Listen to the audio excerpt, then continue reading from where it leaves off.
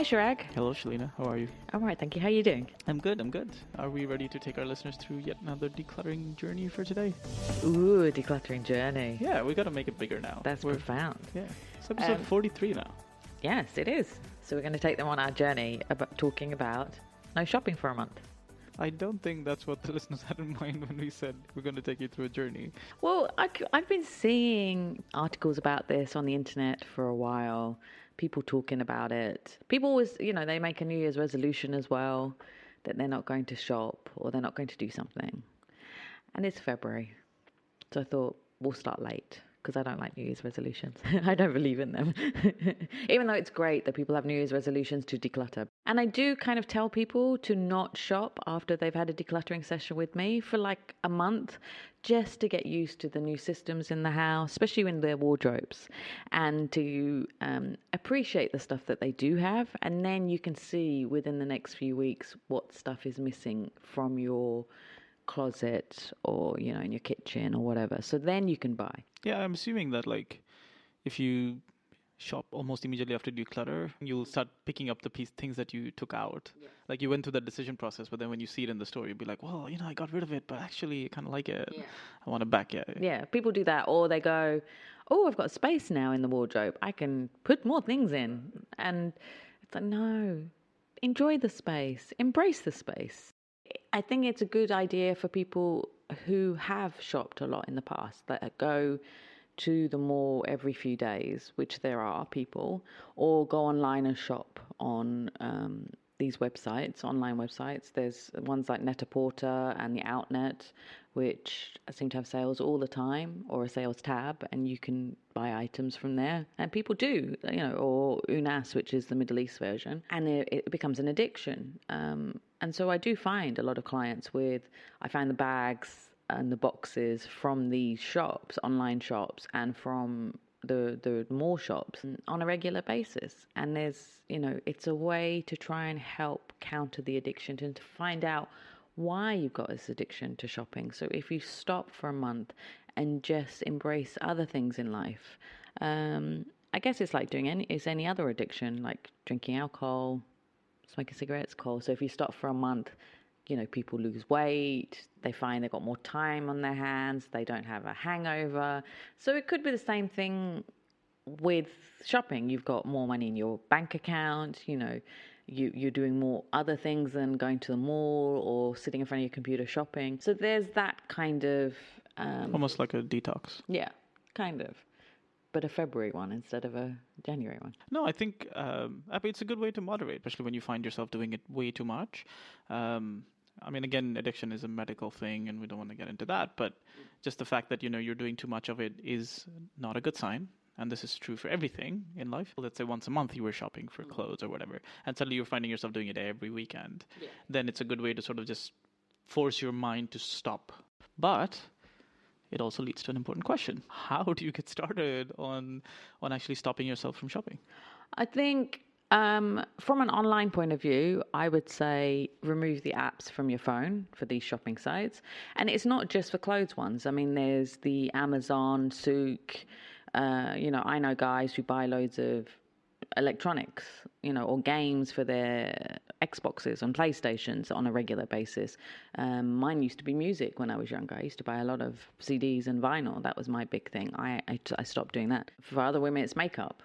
And there's so many websites to buy makeup and toiletries now. And then you go to the shops. So the first thing is, remove the apps, remove them from your favorites on your computer so you don't go to them, even though you could easily type it on Google.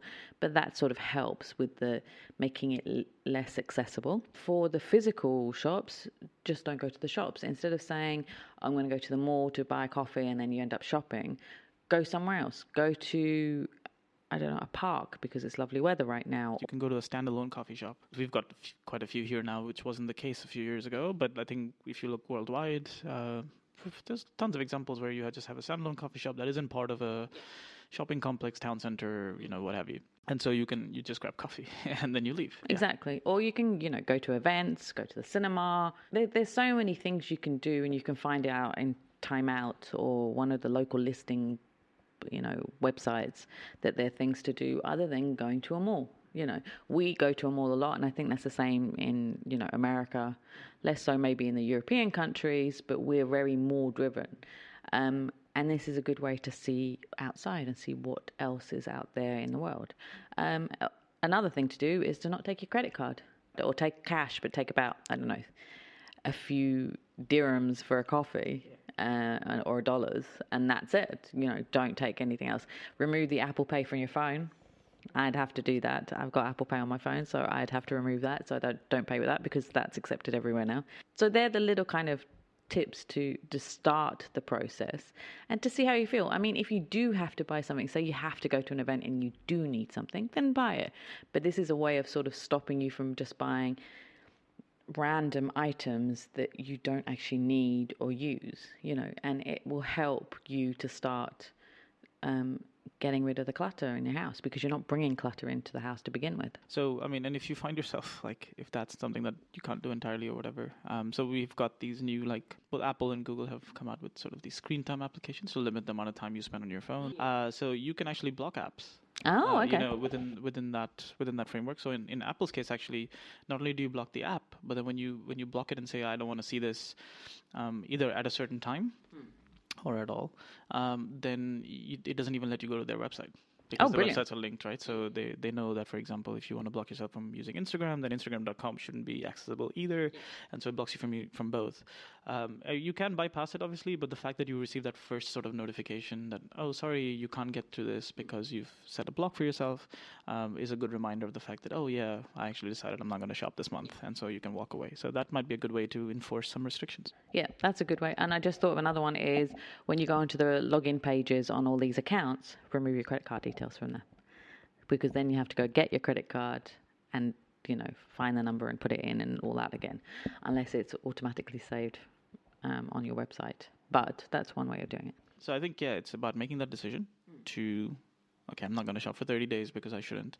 But then it's also taking maybe a couple of extra steps using tech, especially to try and just force yourself out of the habit, because we're so reliant on the tech things that we don't remember passwords anymore, for example. So just taking that off actually puts a little obstruction between, or puts some friction between you and shopping.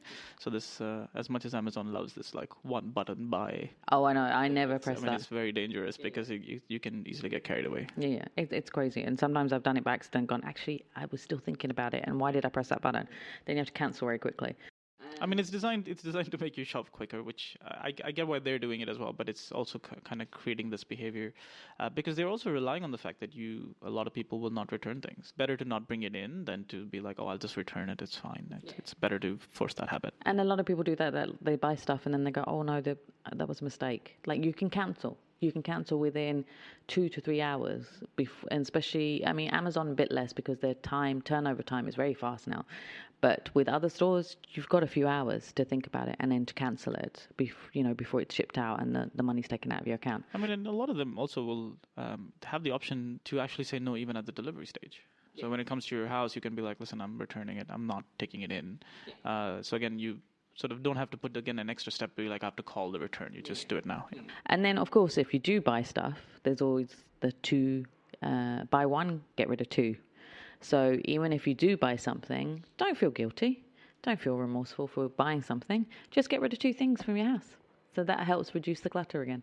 So, I always use that mantra as well. So I thought we'll have a bit of a discussion about this because it's been on my mind, do people do this and how does it work for people? But I think it's a good idea. I mean, I think all the more so because we are living in an era of a lot of sales for most of the year.